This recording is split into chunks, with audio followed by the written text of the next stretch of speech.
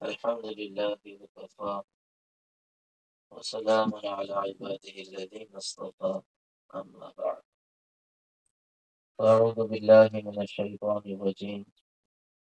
بسم الله الرحمن الرحيم. إن الذين قالوا ربنا الله ثم استقاموا تتنزل عليهم الملائكة ألا تخافوا ولا تحزنوا وأبشروا بالجنة التي كنتم توعدون. نحن أولياؤكم في الحياة الدنيا وفي الآخرة ولكم فيها ما تشتهي أنفسكم ولكم فيها ما تدعون نزلا من غفور رحيم. وقال عليه الصلاة والسلام: ما رأيت مثل الجنة نام طالبها ولا مثل النار نام هاربها، أو كما قال عليه الصلاة والسلام. میرے محترم دوستوں، بزرگوں، عزیز دینی ایمانی بھائیوں، اللہ تعالیٰ آپ کی آمد کو قبول فرمائے۔ جو تکلیف، جو مشقت، جو پریشانی اس آمد پر آپ نے اٹھائی ہے، رات کی سردی، رات کی ٹھنڈک، اور اس میں جو آپ پریشان ہوئے ہیں، خدا کی قسم ہے کل قیامت کے دن اللہ جب اس کا اجر و انعام دے گا تو سوچیں گے کہ کاش زندگی کی ساری راتیں ایسی ہی گزرتی۔ اس وقت اندازہ ہوگا کہ اللہ نے کتنی محبت کی نگاہ سے دیکھا تھا، اللہ کو کتنا پسند آیا تھا اس کے بندوں کا اس کے نام کی نسبت پر جمع ہونا، اور اس کے نام کے لیے اپنے آرام کو چھوڑنا، گھروں کو چھوڑنا، سہولتوں کو چھوڑ کر ایک جنگل میں، بیاباں میں، سخت سردی میں ٹھٹرتے ہوئے پڑے رہنا، یہ صرف اور صرف اللہ کی نسبت پر ہوا تھا۔ اور اللہ تعالیٰ جب اس کا اجر دے گا تو ہم سوچ نہیں سکتے کہ وہ کیسا ہوگا اور کیا ہوگا۔ اللہ آپ کی آمد کو قبول فرمائے۔ اللہ آپ کے اس مجاہدے کو پوری دنیا کے لیے، خصوصاً ہمارے ملک شہر کے لیے ہدایت کا اور ہدایت کے پھیلنے کا سبب بنائے۔ میرے دوستوں، اصل کامیابی آخرت ہی کی کامیابی ہے۔ دنیا تو بہرحال گزر جائے گی، یہ چل چلاؤ کی جگہ ہے اور یہ عارضی ٹھکانہ ہے۔ یہاں کوئی ہمیشہ رہنے کے لیے نہ کل آیا تھا، نہ آج آیا ہے، نہ آئندہ آئے گا۔ ہر آنے والے کو ایک دن واپس جانا ہے، اور ہر جانے والا کہتا ہوا جا رہا ہے کہ مجھ کو قدر دینے والوں اور میری موت پر تعزیت کرنے والوں اور میری موت پر افسوس کرنے والوں، نہ بھول جاؤ کہ ایک دن وقت تمہارا بھی آنے والا ہے، تم بھی ایسے ہی اس دنیا سے رخصت ہو جاؤ گے۔ سب کچھ تمہارا پیچھے رہ جائے گا، نہ مال ہاتھ آئے گا، نہ حکومت ہاتھ آئے گی، نہ عہدہ ہاتھ آئے گا، نہ کرسی ہاتھ آئے گی، نہ بیوی بچے ساتھ دیں گے، نہ دوست احباب ساتھ دیں گے، کوئی چیز تمہارا ساتھ نہیں دے گی۔ جسم کے کپڑے بھی اتار دیے جائیں گے، قیمتی جواہرات جو تمہارے گلوں میں لٹک رہے ہوں، انگلیوں میں پہنے ہوئے ہوں، سب اتار دیے جائیں گے، اور تم چند کپڑوں میں قبر کی مٹی کی نظر کر دیے جاؤ گے۔ وہاں فرشتہ تم سے یہ نہیں پوچھے گا کہ تم نے کیا چھوڑا ہے، کتنے کے مالک تھے، کیا پراپرٹی تھی، کتنی حکومت پھیلائی تھی، کہاں کہاں تمہاری بادشاہت چلتی تھی، کون سا عہدہ دنیا کا تمہارے پاس تھا، کون سی کرسی تمہارے پاس تھی، کتنے زمین کے مالک تھے، کتنا بینک بیلنس تمہارا پیچھے ہے۔ وہ یہ نہیں پوچھیں گے کہ کیا چھوڑ کر آئے ہو۔ آدمی مرتا ہے تو زندہ لوگ کہتے ہیں اس نے چھوڑا کیا ہے، اور فرشتے کہتے ہیں لے کر آئے کیا ہو۔ سب کی نظر ہوتی ہے اس نے چھوڑا کیا ہے۔ دور سے بھاگتی ہوئی بہن بیٹی آتی ہے کہ کہیں ایسا نہ ہو کہ قریب کی بیٹی ماں کی نیکلس پر اپنا حق جما لے۔ دور سے بھاگتا ہوا بیٹا آتا ہے، کہیں ایسا نہ ہو کہ باپ کی قیمتی گھڑی یہ اڑا لے۔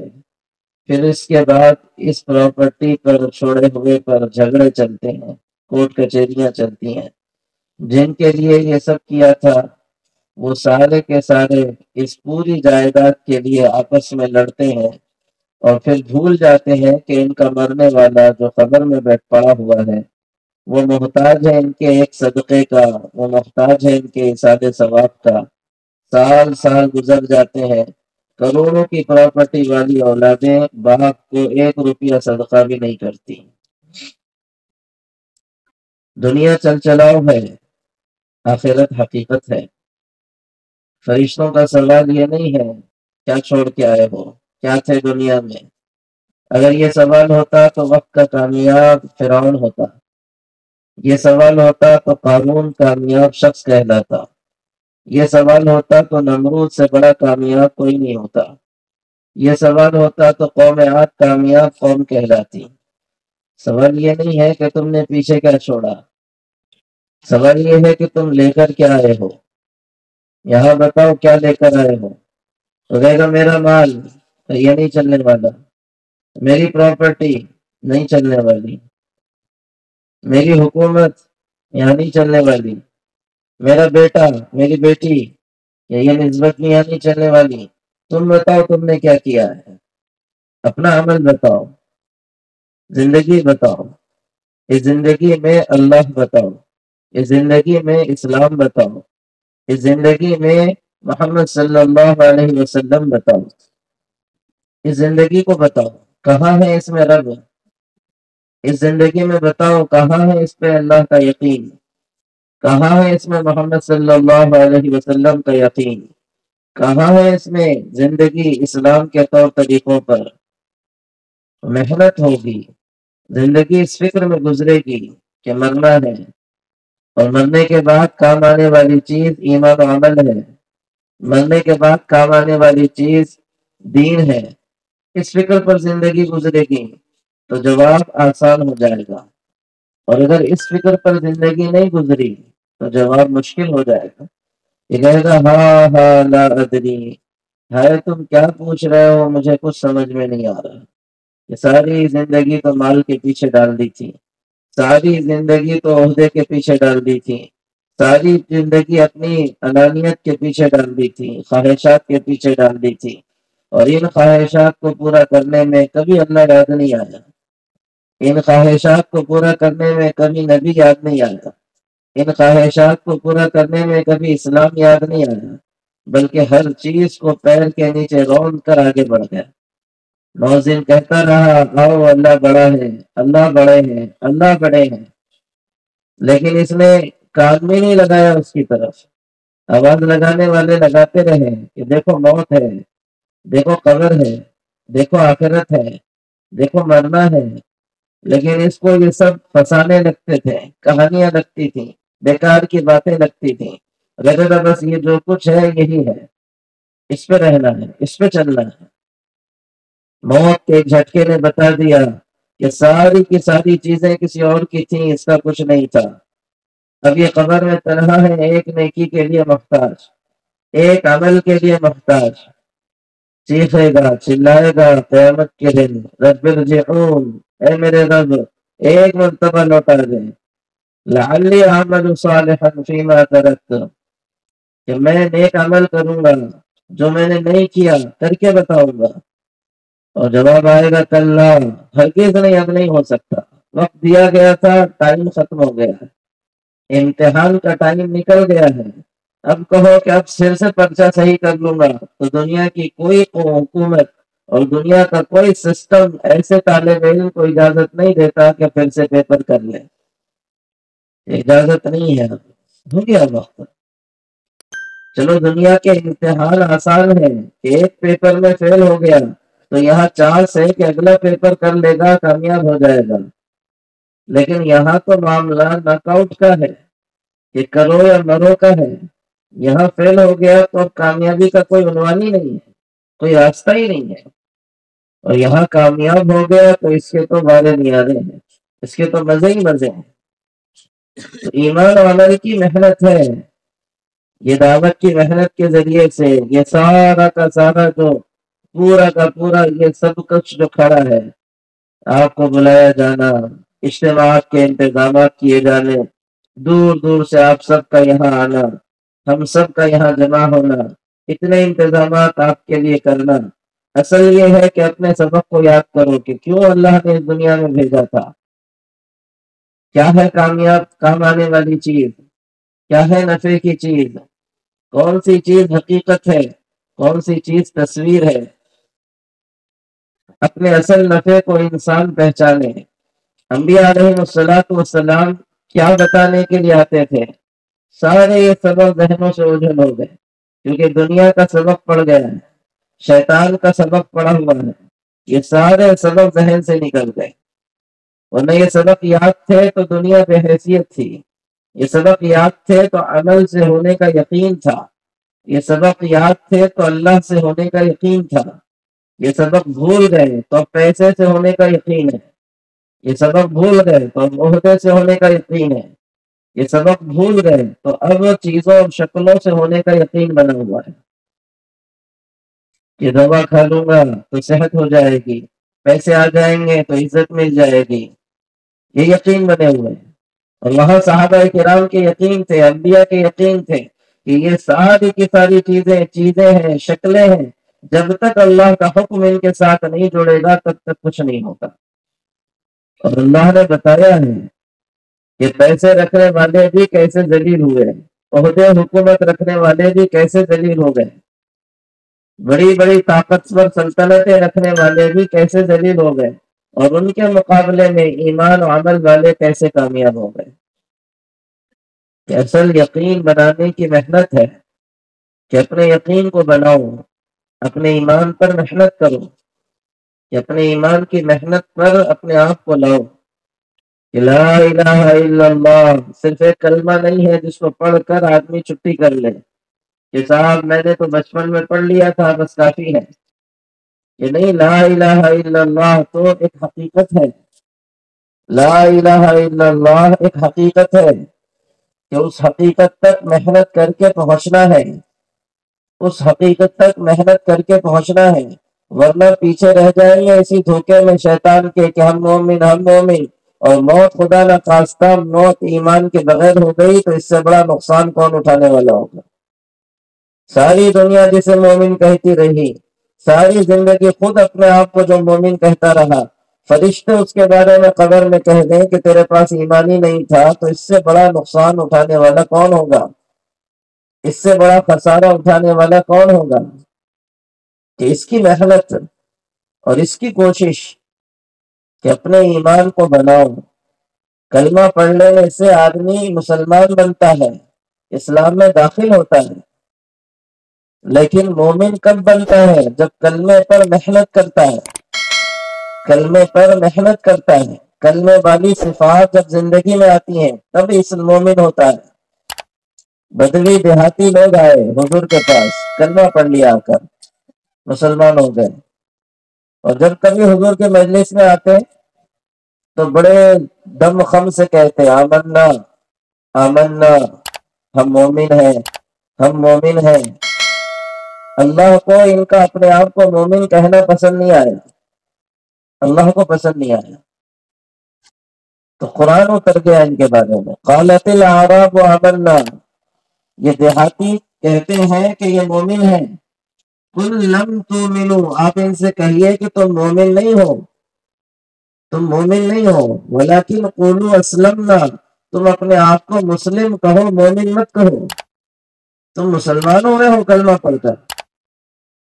اسلام سے ایمان تک جانے کے لیے ایک بڑی محنت درکار ہے، بڑی محنت درکار ہے، کہ کوشش کرو، اس پر محنت کرو تو تم اس ایمان تک پہنچو گے جہاں پر پہنچنے کے بعد اللہ تبارک و تعالیٰ کا نظام اس بندے کے لیے تبدیل ہو جاتا ہے، کائنات اس کے لیے مسخر کر دی جاتی ہے، اللہ کا قانون اس کے لیے تبدیل ہو جاتا ہے۔ اور صاف کہا کہ کیوں مومن نہیں ہو؟ تو وجہ بتائیے، وَلَمَّا يَدْخُلِ الْإِيمَانُ قُلُوبِ، اب تمہارے دلوں میں ابھی آیا نہیں ہے، زبان سے کہہ لینا اسلام میں آنا ہے، لیکن یہ جو زبان سے کہا ہے اس کو اندر اتارنا، یہ ہے ایمان۔ ایک بالش کی محنت، یہ یہاں سے یہاں تک، یہ زبان سے یہ دل تک، ایک بالش کی محنت۔ لیکن اس ایک بالش کی محنت کے لیے صحابہ کو 13 سال لگوائے مکہ کے اندر، ایک بالش کی محنت میں 13 سال کا عرصہ گزرا، محنت کرتے کرتے اس ایمان پر، محنت کرتے کرتے اس کلمے پر، اور مدینہ کا عرصہ گزرا ہر صحابی کا ایک بڑا، اس زبان کے جملے کو اندر اتارنے کے لیے۔ پھر وہ تو حضور کی صحبت کا اثر تھا، حضور کی نسبت کا اثر تھا۔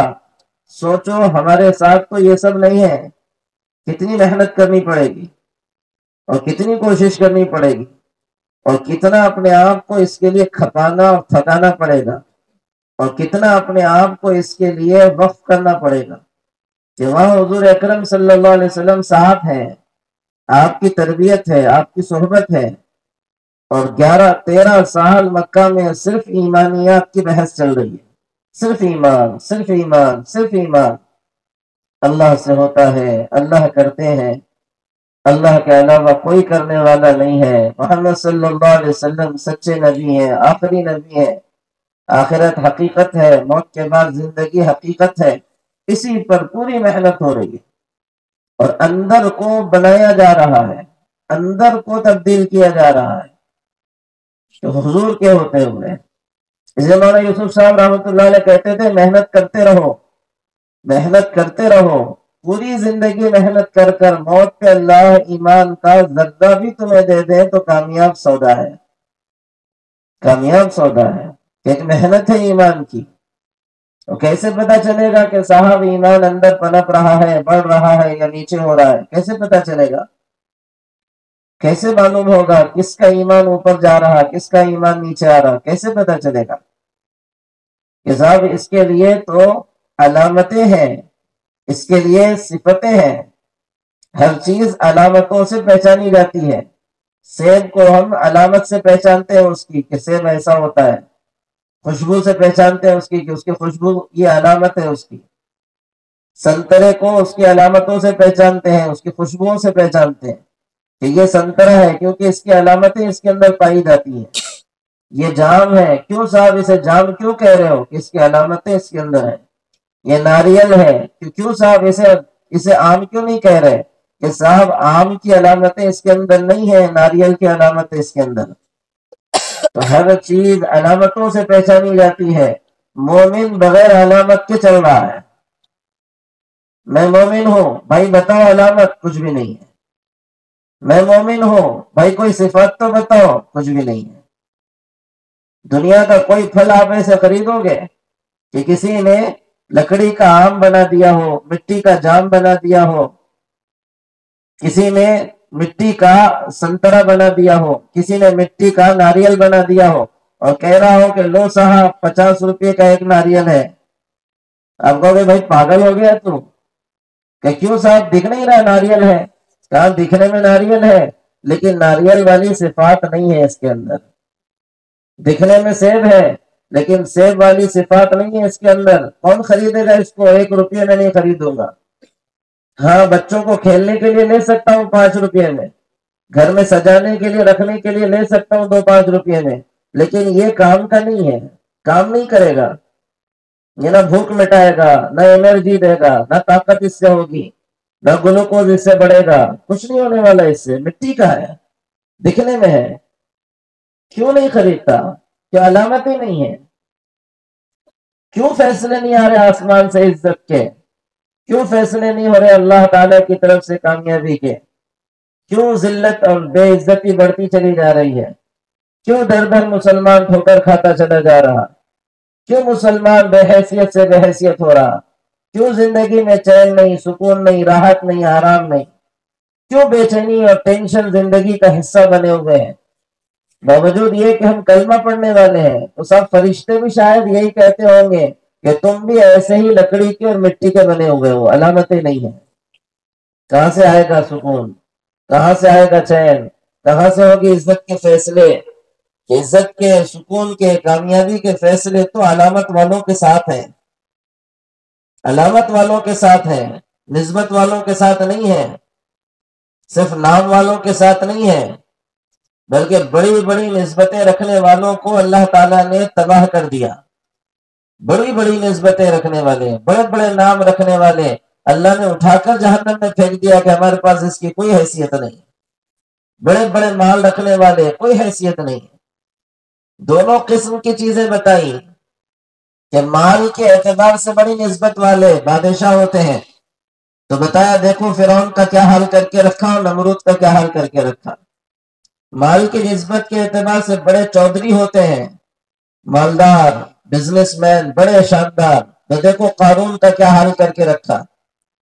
اور ایسے ہی خاندان کی نسبت والے ہوتے ہیں کہ صاحب ہماری نسبت فلاں سے جڑتی ہے، ہماری نسبت فلاں سے جڑتی ہے، تو ان کے بارے میں بھی کہا کہ دیکھو یہ ہے ابراہیم کے والد، کہ جس کا خون ابراہیم ہے، لیکن جہنم میں پھینک رہے ہیں ان کے باپ کو بھی۔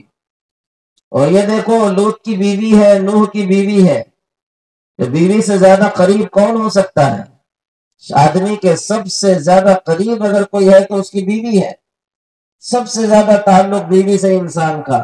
اور اللہ کہہ رہے ہیں کہ دیکھو ان دونوں کو بھی جہنم میں پھینکا ہم نے۔ اور نوح علیہ السلام کی آنکھوں کے سامنے ان کا بیٹا تباہ ہوا، نوح علیہ السلام کی آنکھوں کے سامنے 950 سال دعوت دی، 950 سال اللہ کی طرف پکارا، نہیں آئی قوم تو بددعا کی، رب لا تذر علی الارض من الکافرین دیارا، یا اللہ اب زمین پر کسی تیرے نافرمان کا گھر نہ چھوڑنا، سب کو تباہ کر دے۔ کیوں؟ اس لیے کہ اب ان کی ہدایت سے نا امید ہو گیا، یہ زندہ رہیں گے تو اور دوسروں کو گمراہ کریں گے، اور اگر ان کی نسلیں بھی پیدا ہوں گی تو وہ بھی فاجر ہی، فاسق ہی ہوں گی، امید نہیں ہے ان سے۔ لیکن اے اللہ میرے خاندان کو، میری فیملی کو بچانا۔ اللہ نے کہا ٹھیک ہے نوح تمہاری فیملی کی حفاظت کریں گے، چلو کشتی بناؤ۔ کشتی بن گئی اور عذاب کا وقت آ گیا، زمین سے پانی ابلنا شروع ہو رہا ہے، تنور سے پانی نکل رہا ہے، آسمان سے پانی برس رہا ہے، ہر جگہ سے پانی نکلنا شروع ہو گیا، اور وہ پانی جمتے جمتے کشتی اس کے اوپر اب اٹھنے لگی۔ 80 لوگ جمع ہیں اس کشتی میں، ہر جاندار کا جوڑا جمع ہے، کشتی اوپر ہچکولے لیتے ہوئے اٹھ رہی ہے، اور یہ بھی اٹھی رہی ہے تو نوح علیہ السلام دیکھ رہے ہیں کہ ان کا بیٹا ایک پہاڑ پہ دوڑ کے ہوئے چڑھ رہا ہے، تو کنارے پہ کشتی کے آ کے کہہ رہے ہیں یا بنی، اتنا پیار والا جملہ ہے کہ میں اس کا ترجمہ نہیں کر سکتا۔ او بیٹا، او لاڈلے، او پیارے، میرے جان، میرے چاند، کیا کہہ سکتے ہیں اس کو، میرے دل کے ٹکڑے، یا بنی ارکم معنا، آجا یہاں، آجا یہاں سوار ہو جا، ولا تکن مع الکافرین، اللہ کا نافرمان نہ بنا، آج کے دن کم از کم دیکھ عذاب آ گیا ہے۔ اور وہ دماغ چلا رہا ہے اپنا، اور دماغ چلا کے کہہ رہا ہے سآوی الی جبل یعصمنی من الماء، پہاڑ پہ چڑھ جاؤں گا، پانی نیچے نیچے رہے گا، پہاڑ مجھے اس پانی سے بچا لے گا۔ اور باپ اتنی تڑپ کے ساتھ کہہ رہا ہے لا عاصم اليوم من امر اللہ الا من رحم، بیٹا آج اللہ کا عذاب آیا ہوا ہے، اللہ کے علاوہ کوئی نہیں ہے جو رحم کرے اور کوئی نہیں ہے جو بچا دے۔ ابھی کہہ ہی رہے ہیں تو ایک ایسی موج آئی ٹھاٹے مارتی ہوئی، اور اس نے اس کے پیر کو جھٹکا دیا اور کھینچ کے لے گئی اس کو اپنے ساتھ۔ حال بینہما الموج فکان من المغرقین۔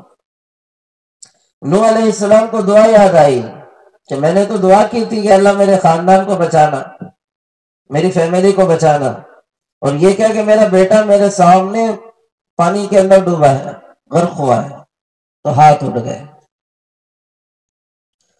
ربی اے میرے اللہ، ان ابنی من اہلی، یہ کیا ہو گیا، یہ کیا ہو گیا کہ میرا بیٹا میری آنکھوں کے سامنے غرق ہو گیا، ڈوب گیا، وہ میرے خاندان کا حصہ تھا، فیملی کا حصہ تھا، وَإِنَّ وَعْدَكَ الْحَقُّ، تیرا وعدہ برحق ہے، تو نہیں کہا تھا میری فیملی کو بچائے گا، میرے خاندان کو بچائے گا، یہ کیا ہو گیا؟ مجھے سمجھ میں نہیں آ رہا کہ میرے خاندان کا حصہ، میرا خون، میری بیوی اگرچہ کہ میری نافرمان، اور یاد رکھو کسی نبی کی بیوی کو اللہ نے بے حیا نہیں بنایا، کافرہ رہی، مشرک رہی، بے حیا نہیں رہی، تو یہ کیا ہو گیا؟ میرا خون ہے، کوئی شک نہیں ہے اس پر، پھر اے اللہ کیسے غرق ہو گیا؟ تو جواب آ رہا ہے کہ جیسے دھوکہ مال و دولت، عہدے اور کرسی کا لگتا ہے، ایسے ہی دھوکہ نسبتوں کا اور ناموں کا بھی لگتا ہے، ایسے ہی لگتا ہے دھوکہ، ہم اس کے بیٹے، ہم اس کے بیٹے، ہمارا ان سے تعلق، ہمارا ان سے نسبت، کہ نہیں صاحب کچھ نہیں چلنے والا۔ حضور اکرم صلی اللہ علیہ وسلم اپنی پھوپھی صفیہ کو کہہ رہے اور اپنی بیٹی فاطمہ کو کہہ رہے ہیں، بیٹی فاطمہ عمل کر لے، کل قیامت کے دن ایک وقت آئے گا تیرا باپ بھی تیرے کچھ کام نہیں آئے گا، عمل کر، دھوکے میں نہ رہے کہ محمد صلی اللہ علیہ وسلم کی بیٹی یہ کام چل جائے گا۔ وہ اللہ اتنا بے نیاز ہے کہ اس نے اپنے نبی کی 1000 چاہتوں کے باوجود اس کے چچا کو ہدایت نہیں دی، جہنم میں پھینک دیا، تو حکم آیا یا نوح انہو لیس من اہلک، جواب آیا جب ہاتھ اٹھے کہ یا اللہ میرے خاندان کا حصہ تھا میرا بیٹا، یہ کیا ہو گیا؟ تباہ ہو گیا، تو جواب آ رہا ہے کہ اے نوح تیرے خاندان کا نہیں تھا، اور تھا جو بیوی تو ایسی بے حیا نہیں تھی کہ میری اولاد نہ ہو، اور اللہ کا نظام نہیں ہے کہ کسی نبی کی بیوی کو بے حیا بنائے، پھر یہ کیسی بات ہو رہی ہے؟ تو جواب دیا جا رہا ہے کہ نوح کان کھول کر سنو، دنیا کے رشتے وہ خون پہ بنتے ہیں، اللہ کے پاس رشتے ایمان و عمل پہ بنتے ہیں، انہو عمل غیر صالح، اس کا عمل تم جیسا نہیں تھا، اس لیے تمہاری اولاد بھی نہیں ہے، اس لیے پھینکا ہم نے جہنم میں سے، مت غم کرو اب اس کا، تمہاری اولاد نہیں تھا، تمہاری اولاد تو وہ ہے جو تمہارے ساتھ تمہاری کشتی میں سوار ہے، یہ ہے تمہاری اولاد، کہ ان کا عمل تمہارے ساتھ جڑا ہوا ہے۔ تو جس طرح دھوکہ لگتا ہے عہدے کا، کرسی کا، مال و دولت کا، ایسے ہی دھوکہ لگتا ہے آدمی کو نسبت کا اور نام کا، کہ صاحب ہم تو حاجی ہیں، ہم تو تہجد گزار ہیں، ہم تو فلاں کے بیٹے ہیں، ہم تو فلاں کے بھائی ہیں، اور ہماری تو ان سے نسبت جڑتی ہے، ہمارا تو نام ان سے جڑتا ہے، کہ سارے دھوکے ہیں جب تک عمل نہ کر لو، جب تک اپنے آپ پر محنت نہ کر لو، صفات کو زندگی میں نہ لا لو۔ تو یہ دھوکے سے نکلنے کے لیے ایمان پر محنت ہے کہ آدمی اس سے نکلے، کیونکہ اللہ کے پاس ایک چیز ہے کہ تم صفات بتاؤ، مومن ہو تو صفات بتاؤ، زندگی بتاؤ، کہ علامتیں بتاؤ۔ ہم اتنے ہوشیار ہیں، ہم اتنے سمجھدار ہیں کہ کوئی ہمیں لکڑی کا جام اصلی جام کہہ کر کھلا نہیں سکتا، بیچ نہیں سکتا، تو کیا اللہ تعالیٰ بیوقوف ہے؟ خدا نہ خواستہ اس کے فرشتے نادان ہیں کہ ایسے ہی ناکام ایمان ہم چلا لیں گے؟ ایمان کے بعد معاذ اللہ، ایمان کے بعد چوری بھی چل رہی ہو، ایمان کے بعد نماز بھی نہیں پڑھ رہے ہو، ایمان کے بعد جھوٹ بھی چل رہا ہو، ایمان کے بعد سود بھی چل رہا ہو، ایمان کے بعد جوئے بھی چل رہے ہو، ایمان کے بعد زنا بھی ہو رہا ہو، ایمان کے بعد اللہ کا کوئی ڈر خوف نہ ہو، ایمان کے بعد رمضان کھاتے پیتے گزر رہے ہو، ایمان کے بعد زکوٰۃ کبھی ادا نہیں ہو رہی ہو، ایمان کے بعد حج فرض ہونے کے باوجود ادا نہ ہو رہا ہو، ایمان کے بعد مال دوسروں کا کھاتے پیتے چلے جا رہے ہو، بہنوں کو وراثت میں حصہ نہیں دے رہے ہو، ان کی وراثت ہڑپ کر کے نکل جا رہے ہو، یہ سب کر کے آدمی کہے کہ صاحب میں تو مومن ہوں، میں تو سیدھے جنت میں جاؤں گا۔ مومن کو علامتوں سے پہچاننا پڑے گا، اپنے آپ کو، کسی اور پہ نہیں۔ کہ ہماری ایک غلطی یہ بھی ہے کہ ہم اگر کہیں پر علامتیں تلاش کرتے ہیں تو دوسرے پہ تلاش کرتے ہیں، خود پہ کرنے کے بجائے۔ تو صحابہ کا مزاج تھا، اپنے آپ پر تہمت لگاتے تھے اور دوسرے کے بارے میں اچھا گمان رکھتے تھے، خود پہ تہمت لگاتے تھے۔ حسن بصری رحمت اللہ علیہ کہتے ہیں خدا کی قسم ہے، نہ آدم علیہ السلام سے لے کر آج تک اور قیامت تک کوئی مومن ایسا نہیں گزرا ہے اور نہ گزرے گا جو اپنے ایمان پر نفاق کے بارے میں ڈرتا نہ ہو۔ کوئی مومن نہیں، ہر مومن کو اپنے بارے میں ڈر لگا رہتا ہے کہ کہیں میں منافق تو نہیں ہو گیا، کہیں میں زبان اور دل کے بولوں میں تبدیل تو نہیں ہو رہا، کہیں میرا ایمان نفاق کا شکار تو نہیں ہو رہا، کہیں میرا ایمان لٹ تو نہیں گیا کہ میں ایمان کے دھوکے میں ہوں۔ کہ ہر مومن نفاق کے بارے میں ڈرے گا خود پر۔ اور حسن بصری رحمت اللہ علیہ فرماتے ہیں کہ آدم سے لے کر قیامت تک کوئی منافق ایسا نہیں رہا جو اپنے ایمان کے بارے میں مطمئن نہ رہا، کہ اپنے ایمان پر اطمینان نفاق کی علامت ہے، اور ایمان کی فکر اور اس کے لیے ڈرتے رہنا یہ ایمان کی علامت ہے۔ صحابہ ڈرتے تھے خود کے بارے میں۔ بخاری شریف میں روایت ہے عبداللہ ابن ابی ملیکہ کی، وہ کہتے ہیں لقیت ثلاثین من اصحاب النبی، میں حضور کے 30 صحابہ سے ملا ہوں، 30 صحابہ، اور میں نے ان میں سے ہر ایک کو ان کی موت کے وقت نفاق سے ڈرتا ہوا پایا، روتا ہوا پایا۔ ہر ایک ڈر رہا تھا کہ میرا کیا ہوگا، اور ہر ایک ڈر رہا تھا کہ کہیں میں نفاق پہ تو نہیں مر رہا ہوں۔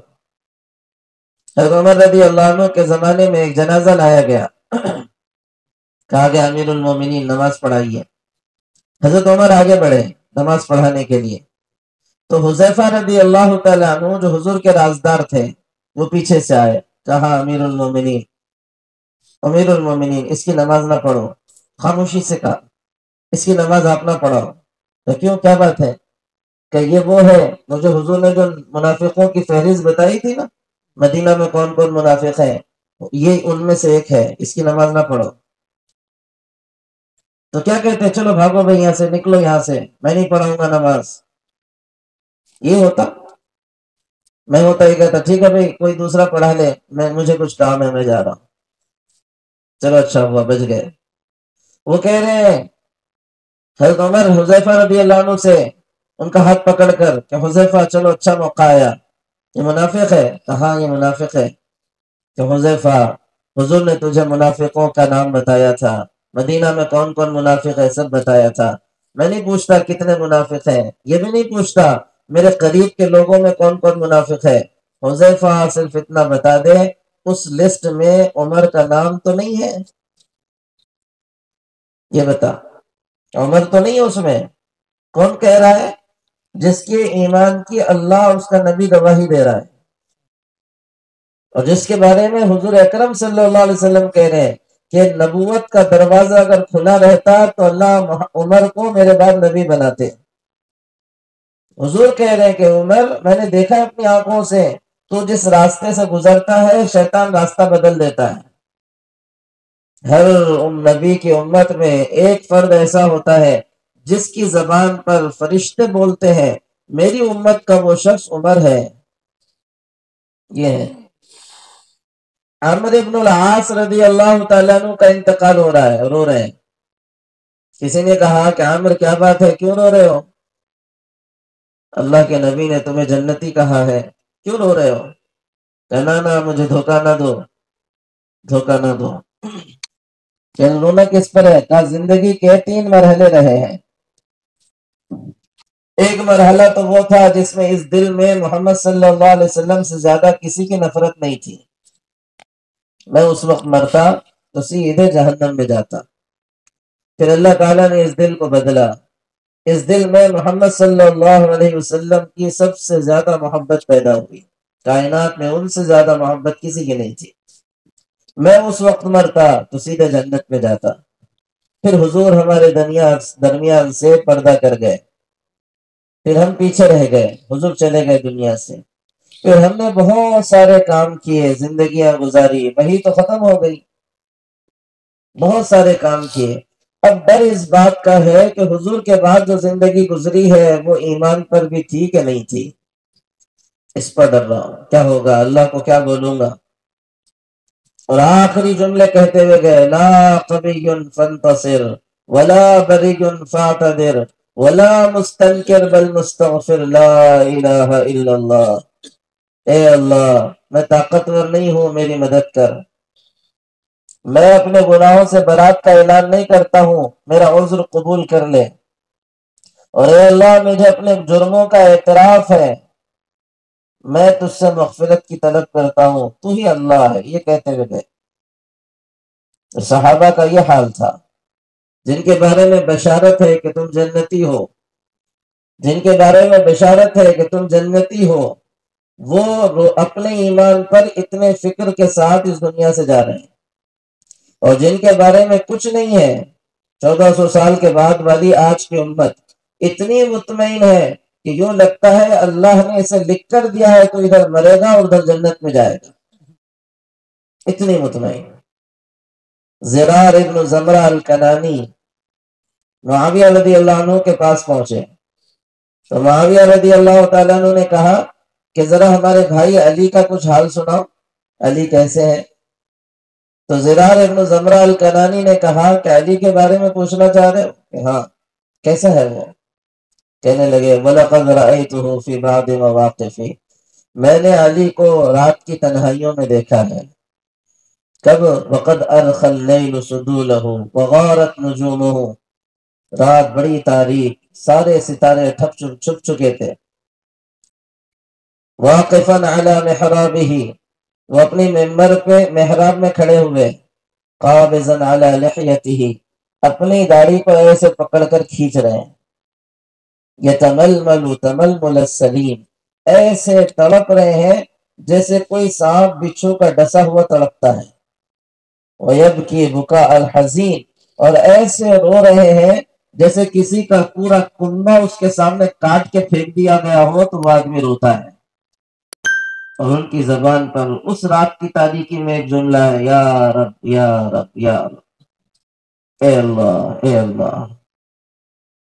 اور دنیا کو کہہ رہے ہیں، یا دنیا ابھی تعرضتی، اے دنیا بڑی چمک دھمک کے میرے سامنے آتی ہے، عملی تشوفتی، میرے سامنے خوب تو سامنے بن سنور کر آتی ہے، ہیہات ہیہات غری غیری قد بتت کی سلاس، دور ہو جا دور ہو جا، کسی اور کو دھوکہ دے، میں نے تجھے 3 طلاق دے دی ہے۔ اور کہہ رہے ہیں، آہ من قلت الذات وبعد السفر ووحشت الطریق، ہائے علی تیرا کیا ہوگا، ہائے علی تیرا کیا ہوگا کہ تیرے پاس توشہ بہت تھوڑا ہے، سفر بہت لمبا ہے، اور یہ سفر انتہائی وحشت ناک سفر ہے، کیا ہوگا، کہاں لٹے گا، کہاں مارے جائے گا، کچھ پتہ نہیں۔ داماد ہے محمد صلی اللہ علیہ وسلم کے، اور ترتیب میں دوسرے تیسرے نمبر پر، تیسرے چوتھے نمبر پر اسلام لانے والے ہیں، اور حضور جن کے بارے میں کہہ رہے ہیں کہ علی علی تو میرے لیے ایسا ہے جیسے موسیٰ کے لیے ہارون تھے، تو میرے لیے ایسا ہے، بس اتنا ہے کہ وہ نبی تھے تو نبی نہیں ہے۔ تو کہہ رہے ابشر یا علی فإن بیتک امام بیتی فی الجنہ، علی بشارت لے لے، اللہ نے تیرا گھر میرے گھر کے سامنے جنت میں بنایا ہے۔ اور وہ یہ رات میں ایسے رو رہے ہیں۔ ایمان کی فکر، ایمان کی کوششیں، ایمان کے لیے اپنے آپ کو کھپانا، ایمان پر محنت کرنا، یہ تھا عنوان۔ ہر صحابی کے دل و دماغ پہ ایک فکر سوار تھی کہ میرا ایمان سلامت ہے یا تب گیا، ہر صحابی کے اوپر۔ صحابہ کی کیفیت ہم جان سکتے ہیں، اور یہ کیوں تھی؟ کیونکہ وہ حضور کی باتیں سنے ہوئے تھے کہ حضور نے کہا تھا کہ ایک زمانہ آئے گا آدمی صبح مومن ہوگا، شام ہوتے ہوتے کافر ہو جائے گا، اور شام مومن ہوگا، صبح ہوتے ہوتے اس کا ایمان نکل جائے گا۔ تو کہا کیوں ایسا ہوگا؟ کہ یبیع دینہ بعرض من الدنیا، دنیا کے چند ٹکڑوں کے واسطے اپنے دین کا سودا کر دے گا۔ تو فکر مند تھے، یہ ہمارے خدمت کے ساتھی ہوتے ہیں جو پنڈال لگا رہے تھے اتنے دنوں سے، جو وضو خانے بنا رہے تھے، رات رات کام کر رہے تھے، 2 بجے 3 بجے، یہ کہ اگر 2-3 گھنٹے کے لیے سوئیں اور اس کے بعد کوئی ان کو اٹھائے تو فکر پہ کیا سوار ہے؟ پنڈال، فکر پہ سوار ہے وضو خانہ، فکر پہ سوار ہے زمین صاف کرنا، کہ اسی کام کی فکر میں سوئیں اور اس کے بعد ان کو کوئی اٹھائے اور ان سے کہے بھائی کیسا ہوا، کیسے صبح رہی، تو کیا کہیں گے زبان سے؟ ہمیشہ ہو گیا کام، کام ہو گیا، پردے لگ گئے، پہلا جملہ یہی ہوگا، ہاں پردے لگ گئے، ہاں دو دو دو تین ٹوٹیاں بچی ہوئی ہیں بس، اٹھتے ہی کہے گا کیسے رات رہی، کیسے صبح ہوئی، کہ 2-4 ٹوٹیاں بچی ہیں بس، ہو جائے گا صبح کر لوں گا۔ یہی فکر ہے، جو فکر دماغ پہ سوار ہوتی ہے نا تو آدمی کو ہر وقت اس چیز کا خیال رہتا ہے کہ بھئی یہ، اور دیکھو صحابہ، میں مثال دے رہا ہوں آپ کو اسی لیے سمجھایا ہے مثال، کہ کام کرنے والا جس کام میں ہوتا ہے، جس فکر میں ہوتا ہے، اس کو نیند سے اٹھاؤ تو اس کی زبان سے وہی نکلتا ہے، اس کو زبان سے نکلے گا۔ شادی ہو بچی کی، ایک صاحب کی شادی تھی بچی کی، قریب آ گئی، انتظامات میں پریشان تھے، دوپہر میں سوئے ہوئے مسجد میں ہم نے اٹھایا ان کو، میں کیسی رہی؟ کہا مولانا کھانے کا تو انتظام ہو گیا۔ فکر دماغ میں وہی سوار ہے، کھانے کا انتظام ہو گیا، کہ اس کی نیندوں میں بھی وہی ہے۔ حضور اکرم صلی اللہ علیہ وسلم مسجد آئے، اب سنو واقعہ، حضور مسجد آئے، ایک صحابی ہے، عام صحابی، یہ روایت نہ ہوتی تو کئی اور زیادہ روایتیں ان سے منقول بھی نہیں ہیں، ایک عام صحابی ہے حارث بن مالک، لیٹے ہوئے ہیں، اللہ کے نبی صلی اللہ علیہ وسلم نے ان کو اٹھایا، اٹھو حارث، اٹھے، حضور نے کہا کیف اصبحت یا حارث، حارث ذرا بتاؤ تو اسی صبح کیسی ہوئی، صبح کیسی رہی؟ مجھ سے کوئی پوچھتا مولانا کیسی صبح ہوئی، بہت اچھی نیند آئی بھائی، اچھا انتظام کیا تھا آپ نے، میں کہوں وہاں فکر کیا ہے کہ صبح کیسی ہوئی حارث؟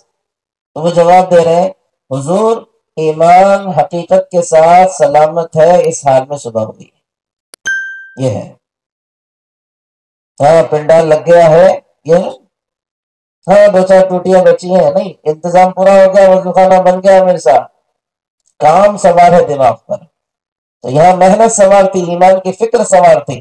عام سوال ہے کیسے صبح ہوئی حارث؟ تو کہہ رہے ہیں مومن حقیقت میں ہوں، اس حال میں ہوئی ہے، اطمینان ہے۔ لیکن حضور اکرم صلی اللہ علیہ وسلم بھی تو حضور تھے، آپ کوئی اناڑی آدمی نہیں تھے، تجربے کار تھے، معلم تھے، اللہ کی طرف سے رہنمائی ہو رہی تھی۔ میرے جیسا ہوتا تو کہتا واہ بھائی کتنی بڑی بات ہے، دیکھو اٹھتے ہی اس نے ایمان کی بات کر ڈالی، واہ بھائی پھر تو بہت بڑی بزرگی کی بات ہو گئی۔ تو حضور ہے، حضور کہہ رہے نہیں نہیں ایسا نہیں چلے گا، حارث ذرا یہ بتاؤ، ہر دعوے کی دلیل ہوتی ہے، ہر بات کی حقیقت ہوتی ہے، اپنے آپ کو مومن کہہ رہے ہو تو دلیل دو، کیا ہے دلیل تمہارے پاس؟ سوال اپنے اوپر ہم قائم کریں، میں قائم کروں اپنے اوپر کہ صاحب میں مومن کہہ رہا ہوں اپنے آپ کو، تو کیا ہے میرے پاس دلیل اپنے ایمان کی؟ کوئی فرشتہ مجھ سے پوچھ لے، چلو کوئی انسان پوچھے گا تو غصہ آئے گا، فرشتہ پوچھ لے تیرے ایمان کی دلیل کیا ہے بتا، تو وہ حضور سے پورے اطمینان کے ساتھ کہہ رہے ہیں کہ حضور 6 دلیلیں اچھے، اور ان 6 دلیلوں کی بنیاد پر میں اپنے آپ کو مومن کہہ رہا ہوں۔ او میرے بھائیوں، کون سی دلیل کی بنیاد پر ہم اپنے آپ کو مومن کہہ رہے ہیں؟ کون سی دلیل؟ یہ دلیل اذان پہ پیر نہیں اٹھتے مسجد کی طرف، یہ دلیل کہ آنکھیں بہیا ہے، کوئی دیکھے نہیں اس لیے چشمے لگا کر بہیائی کر رہا ہوں، یہ دلیل کہ رات کی تنہائیوں میں موبائل کہاں کہاں لے جاتا ہے، یہ دلیل ہے؟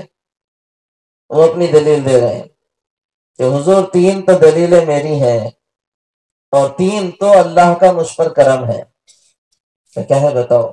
حضور سے کہہ رہے ہیں عزفت عن الدنیا، پہلی دلیل ہے کہ دنیا میں ہوں لیکن دنیا سے کٹ گیا ہوں، بس استعمال کے لیے دنیا ہے، مقصد نہیں بنایا دنیا کو، مال مال مال، عہدہ عہدہ، کرسی کرسی، فلاں چنا، میں، یہ بھی دنیا ہے، میں بھی۔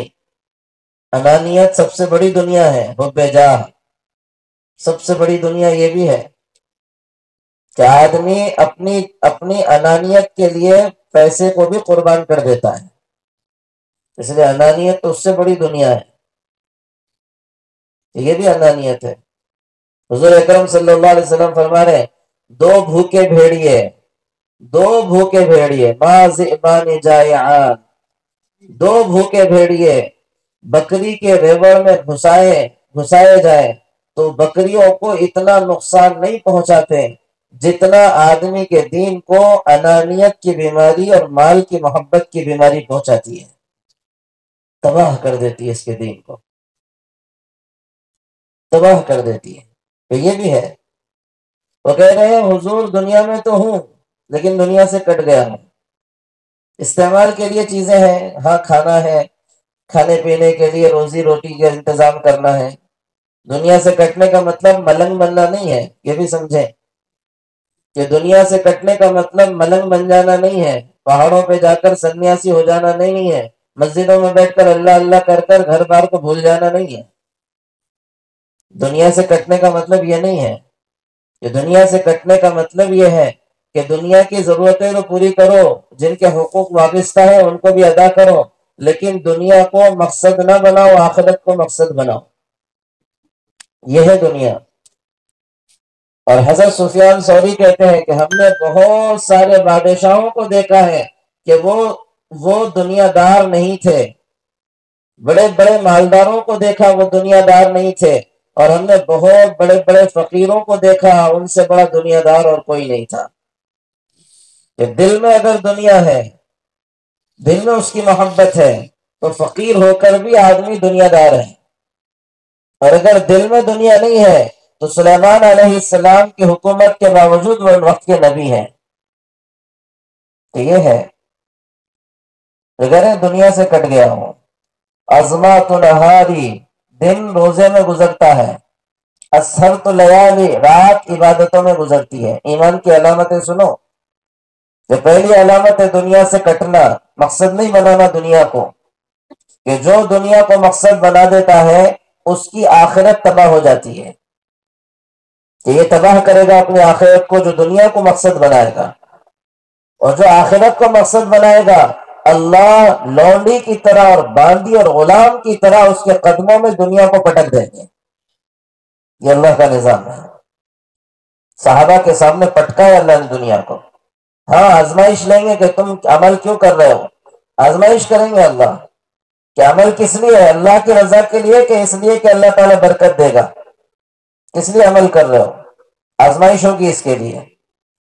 اور آزمائش سخت ترین صحابہ پر آئی، اور اس آزمائش میں جب وہ کامیاب ہوئے تو اللہ نے دنیا ان کے گھر کی لونڈی بنا دیا، ایسی کثرت سے دنیا آئی۔ ابو ہریرہ رضی اللہ تعالیٰ عنہ کتان کے کپڑے سے ناک صاف کر رہے ہیں اور کہہ رہے ہیں واہ واہ ابو ہریرہ کے کیا کہنے۔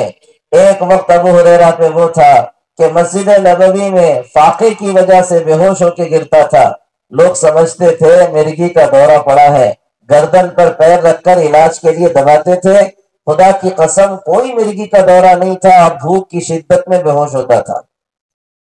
اور ایک ابو ہریرہ نہیں، ہم سب کے لوگ، ہم سب اس وقت کے فاقے والوں کا حال اب یہ ہے کہ ہم میں کا ہر ایک کسی نہ کسی علاقے کا گورنر بنا ہوا ہے۔ یہ ہے عائشہ رضی اللہ عنہ جو کہہ رہی ہیں کہ ہم ایک چاند دیکھتے، دوسرا چاند دیکھتے، تیسرا چاند دیکھتے، لیکن ہمارے گھروں میں چولہا تک نہیں جلتا تھا۔ کہ اماں جان کیا کھاتی تھی پھر آپ؟ کہ دو کالی چیزیں، ایک کھجور ایک پانی۔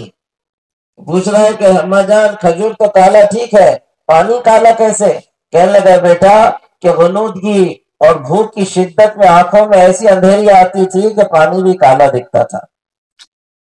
اور وہی اماں جان کا گھر ہے کہ کروڑوں روپیہ اتر رہا ہے، لاکھوں کی تھیلیاں آ رہی ہیں اشرفیوں کی، اور اتنی بے نیازی ہے کہ صبح سے شام تک 1,1,00,000 اشرفیاں ایسے یوں صدقہ کر رہی ہیں۔ یہ ہے اللہ تبارک و تعالیٰ دے گا بھی۔ اس کے لیے دوستوں علامتوں سے ایمان کو پہچانو۔ یہ کہہ رہے ہیں کہ دنیا سے کٹ جانا پہلی علامت ہے، اور کٹنے کا مطلب میں نے بتایا ہے کہ یہ ہے۔ اور کہے عظمات نہاری، دن اور رات عبادت میں گزرتے ہیں۔ ایمان کی بڑی علامت ہے کہ مومن کو عبادتوں میں مزہ آئے گا۔ کیسی دعوت، کیسی محنت جس میں عبادتوں میں مزہ ہی نہ آ رہا ہو، 2 رکعت مزید پڑھنے کی توفیق ہی نہ ہو رہی ہو، سنتوں کا اہتمام ہی نہ ہو رہا ہو، تو نہیں، دھوکے میں آدمی، اور یہ دھوکے کی زندگی گزار رہا ہے، خود کو دھوکہ دے رہا ہے۔ کہ ایمان کی بڑی علامت ہے کہ اس کا تعلق اللہ سے بنے گا، اللہ سے جڑے گا، اللہ سے تعلق اس کا مضبوط ہوگا۔ اور اللہ سے تعلق کس سے پتہ چلتا ہے؟ عبادتوں سے پتہ چلتا ہے۔ اللہ سے تعلق عبادتوں سے پتہ چلے گا۔ اور دوستوں یاد رکھو، صرف چلنے پھرنے سے نہیں پتہ چلے گا، صرف چلنے پھرنے سے نہیں پتہ چلے گا۔ حضرت جی فرما رہے، حضرت جی کہ دھوکہ دیا ہوا ہے ہم سب کو ہماری دعوتوں نے بھی، کہ ہم سمجھ رہے ہیں چلو پھرو بس یہی ہے، کہ نہیں صاحب، چل پھر کر اس چلنے پھرنے میں طاقت کے لیے رات میں عبادت کرنا ہے۔ کہ صاحب ہمیں وقت نہیں ملتا، تو نہیں صاحب، محمد صلی اللہ علیہ وسلم سے زیادہ مصروف کون ہوگا؟ محمد صلی اللہ علیہ وسلم سے زیادہ مصروف کون ہوگا؟ آپ کے میرے کندھے پر تو اپنے مسجد، اپنے سینٹر کی ذمہ داری، ان کے کندھوں پر 2 عالم کی ذمہ داری۔ فَإِذَا فَرَغْتَ فَانْصَبْ وَإِلَىٰ رَبِّكَ فَارْغَب، ان سے کہا جا رہا ہے کہ جب آپ دعوت سے فارغ ہو جائیں تو عبادت کرے نہیں کہا جا رہا 2 رکعت پڑھ لو، 4 رکعت پڑھ لو، بلکہ کہا جا رہا ہے جب دعوت سے فارغ ہو جائے تو ہمارے سامنے گڑ جائے، جیسے کھوٹا گڑ جاتا ہے نا، یہ پلر گڑا ہوا ہے، گڑ جاؤ ہمارے سامنے، اور اللہ سے اپنی دعوت کے لیے مدد مانگتے رہو۔ کہ عبادتوں سے اللہ کا تعلق ہوگا۔ اللہ، بخاری کی روایت ہے، حضور کہہ رہے ہیں، اللہ خود کہتے ہیں لا یزال یتقرب الی عبدی بالنوافل، کہ بندہ مجھ سے قریب ہوتا ہے نوافل کے ذریعے سے، نوافل سے بندہ مجھ سے قریب ہوتا ہے، اور اتنا قریب ہوتا ہے نوافل کے ذریعے سے حتی احببتہ، یہاں تک کہ میں اس سے محبت کرنے لگ جاتا ہوں۔ کھڑا ہوا ہے میرے سامنے، کھڑا ہوا ہے میرے سامنے، مجھ سے محبت، میں اس سے محبت کرنے لگ جاتا ہوں، کہ دیکھو اس کو جب وقت ملتا ہے میرے سامنے کھڑا ہو جاتا ہے، اس کو جب وقت ملتا ہے موبائل کھول لیتا ہے نہیں، اس کو جب وقت ملتا ہے ادھر ادھر کے گپے لگاتا ہے نہیں، یہ فارغ ہوتا ہے میرے سامنے کھڑا ہوتا ہے۔ تو اللہ کہتے ہیں مجھے اس سے محبت ہو جاتی ہے۔ فَإِذَا أَحْبَبْتُهُ، اور جب میں محبت کرنے لگتا ہوں کسی سے تو اللہ کہہ رہے میں اس کا کان بن جاتا ہوں جس سے سن رہا ہے، میں اس کا ہاتھ بن جاتا ہوں جس سے پکڑ رہا ہے، میں اس کا پیر بن جاتا ہوں جس سے چل رہا ہے، اور میں اعلان کرتا ہوں کہ اے لوگوں کان کھول کر سنو، یہ میرا ولی ہے، میرا دوست ہے، جو اس کو ستائے گا اس کے خلاف میں اعلان جنگ کر رہا ہوں، میں آؤں گا اس کے خلاف۔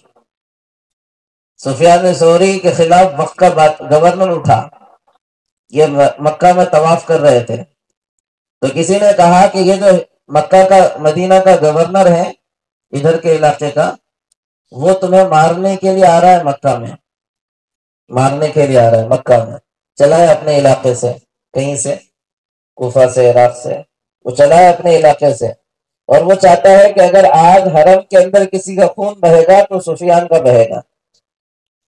یہ مطمئن تھے، سیدھے چلے گئے بیت اللہ کے سامنے، کہا یا اللہ، وہ جس جگہ ہے اس جگہ سے آگے بھی بڑھا تو تیری میری دوستی ٹوٹ جائے گی۔ تو ساتھ آنے والے کہہ رہے ہیں کہ زمین نگل گئی، آسمان کھا گیا، ہمیں پتہ نہیں چلا وہ کہاں گیا۔ یہ ہے اللہ خلاف آتے ہیں۔ تو دوستو ایمان کی علامت ہے عبادات میں آدمی کا جڑنا، اور ان سب کے لیے دعوت کی محنت ہے، اور علامتیں ہیں، ان سب کے لیے دعوت کی محنت ہے۔ یہ محنت اس کے لیے ہے کہ چلو پھرو، مسجدوں میں بیٹھو، تعلیم کے حلقوں میں بیٹھو، لوگوں کے پاس جا جا کر منت کرو، سماجت کرو، ہر ایک کو یہ بھولا ہوا سبق یاد دلاؤ تاکہ تمہارا سبق مضبوط ہو۔ کہ داعی کا سب سے بڑا فائدہ یہ ہے کہ داعی خود محفوظ ہو جاتا ہے دعوت کی وجہ سے، داعی خود محفوظ ہو جاتا ہے دعوت کی وجہ سے، ورنہ جو خالی ہے کوئی نہ کوئی دعوت اس کو اپنی طرف کھینچے گی۔ اور امت کے زوال اور امت کی تباہی کی بنیادی وجہ یہ ہے کہ ہم نے دعوت چھوڑی ہوئی ہے، کہ امت کا اجتماعی کام دعوت تھا، اجتماعی کام۔ خیر امت اس کو اس لیے کہا تھا کہ یہ اخرجت للناس تھی، انسانیت کے لیے سے نکالا تھا، یہ اپنی روٹی، اپنے کپڑا، اپنے مکان، اپنا اللہ اللہ اس کے لیے نہیں آئی ہیں کہ ہاں یہ اللہ اللہ کرے گی لیکن ساتھ پوری انسانیت کو لے کر کرے گی، سب کو لے گی۔ حضور کی عظیم سنت، بلکہ میں کہوں سنت نہیں، زندگی کا مقصد تھا حضور کی دعوت، اور صرف حضور کے نہیں بلکہ سارے نبیوں کی زندگی کا مقصد تھا کہ انسانیت کو اللہ سے جوڑنا، یہی تو دعوت ہے، مخلوق خالق سے جڑے، ساری زندگی کا مقصد، سارے نبیوں کی زندگی کا مقصد۔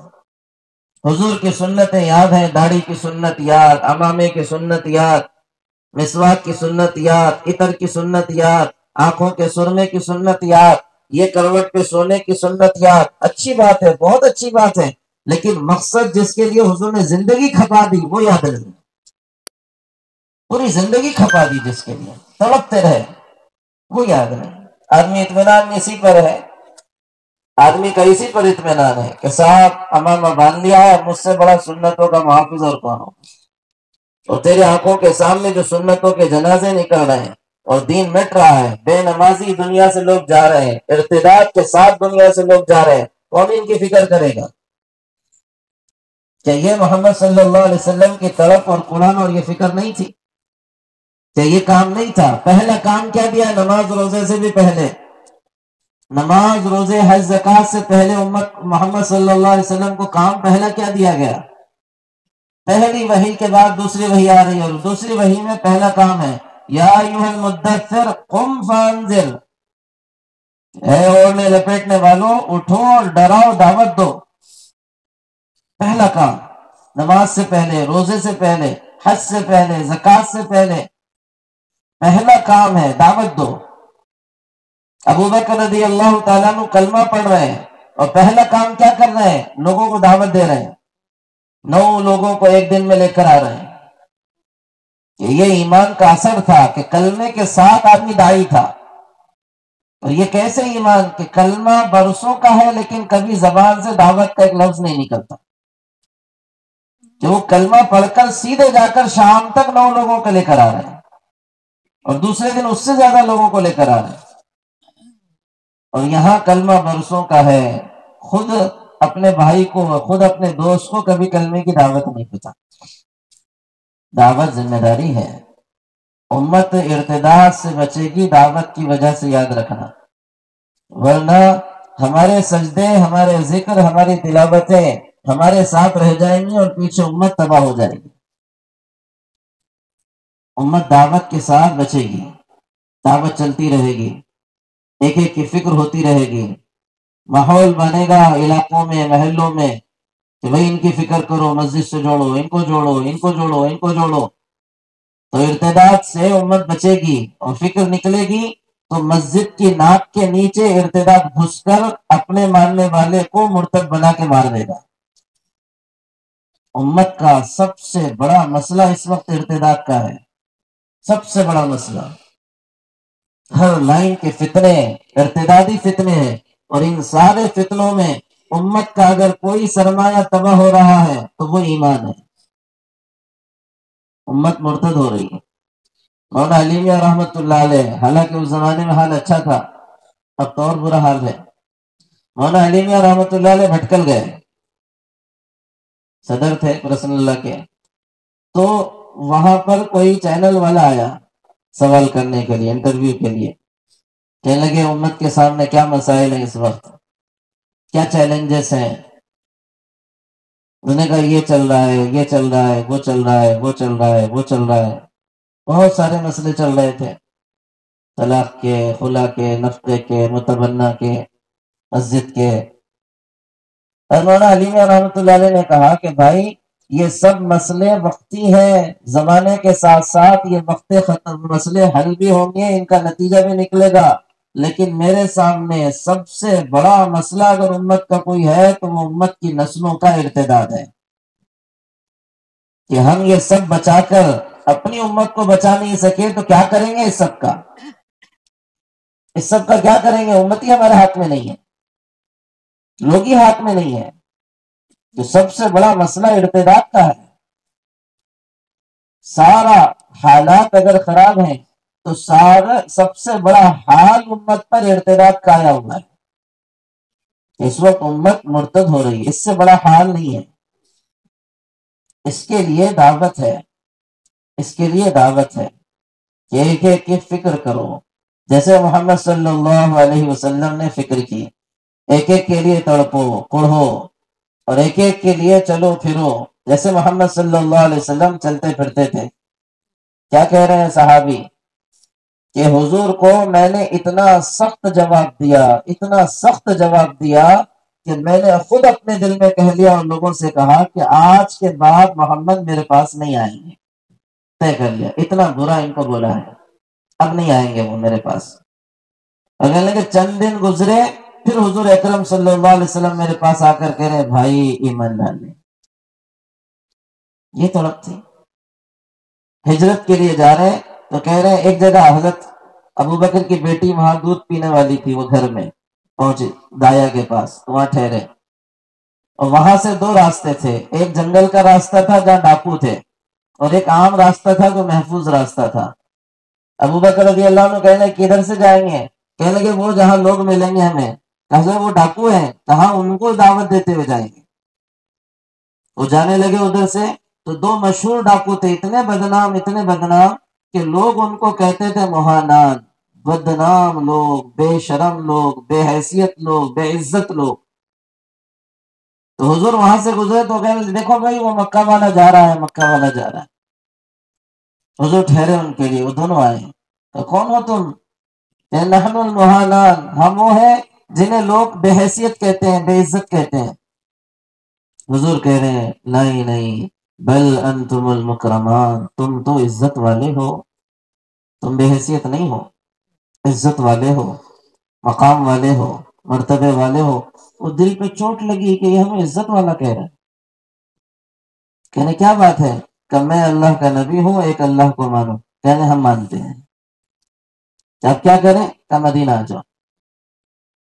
قبیلہ اسلم یہ بھی ڈاکو، یہ چور قبیلہ ہے. 70 لوگ ملے سامنے. ربیعہ ابن اسلم کو دعوت دی کہ بھئی آ جاؤ.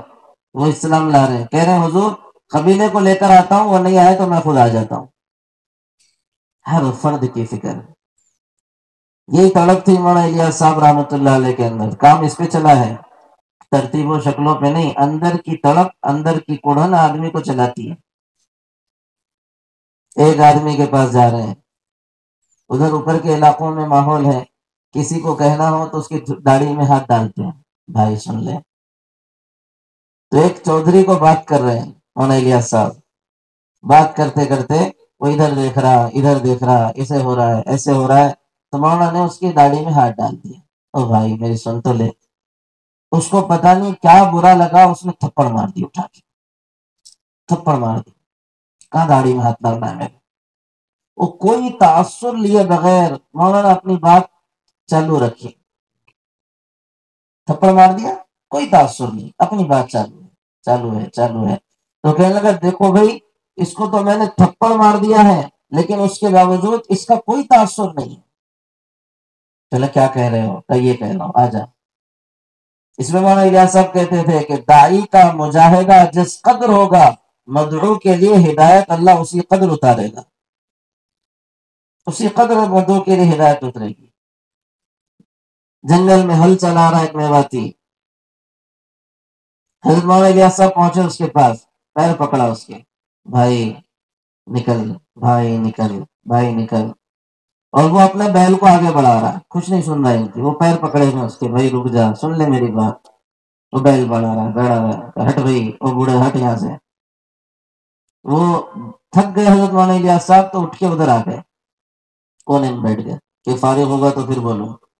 اس کو لگا کہ میں نے ان کے ساتھ تھوڑی سی بدتمیزی کر دی ہے، میں نے ان کے ساتھ بدتمیزی کر دی، تو اس نے اپنا حل چھوڑا اور آیا کہ اچھا بول بول کیا بولتا ہے، بول کیا بول رہا ہے۔ تو مولانا الیاس صاحب کہنے لگے میں نے سمجھ لیا، پہلے تو میں نے اس کو 2-3 دن کی دعوت دینی تھی، لیکن اب چونکہ دل میں اس کے چوٹ لگی ہے، اب ہدایت کا وقت آیا ہے۔ تو مولانا الیاس صاحب نے کہا کہ بول بھائی کیا بولتا ہے، تو مولانا نے کہا میرے ساتھ چل، کتنا کچھ نہیں، میرے ساتھ چل، نظام الدین چل، بنگلے والی مسجد چل۔ وہ وہیں سے ساتھ ہو کے چلا اور پوری زندگی پوری دنیا میں کام چلایا، میاں جی موسیٰ انہی کا نام تھا۔ کیا محنت ہے۔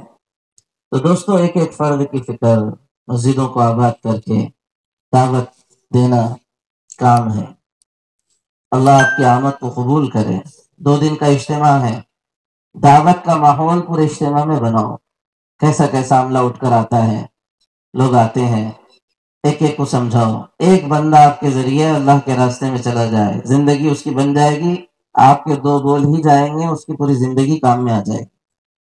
اس لیے ماحول بناؤ، ہر مجلس میں جم کے بیٹھو، جس کام کے لیے آئے ہو اسی کے لیے فارغ رہو۔ بولنا نہ پڑے آؤ بھائی بیٹھو بھائی جوڑو بھائی، نہیں بھائی آئے ہی اس لیے ہو، اور کس کے لیے آئے ہو؟ سننے کے لیے آئے ہو، عمل کے لیے آئے ہو۔ اسے ہر مجلس میں سننے کی نیت پوری، سننے کا حق ادا کر دو، اللہ عمل کی توفیق دے گا۔ سننے کا حق ادا کرو، ہر مجلس میں جم کے بیٹھو، خوب سنو، پھر دل میں اگر کوئی بات آئے تو وہی اللہ کی طرف سے توفیق ہے۔ اکثر کہتا ہوں وہی اللہ کی طرف سے توفیق ہے۔ کوئی فرشتہ آ کر کندھے پہ ہاتھ رکھ کے نہیں بولے گا بھائی نکل، اللہ تجھے توفیق دینے والی۔ دل میں بات آ رہی ہے کہ مجھے نکلنا چاہیے، تب اس کو دباؤ گے تو تم توفیق کو دبا رہے ہو۔ کھڑے ہو جاؤ اس کے لیے اور کہو کہ صاحب میں ہوں تیار، اللہ واقعی شکلیں بنا دے گا۔ کرو گے بھائی انشاءاللہ؟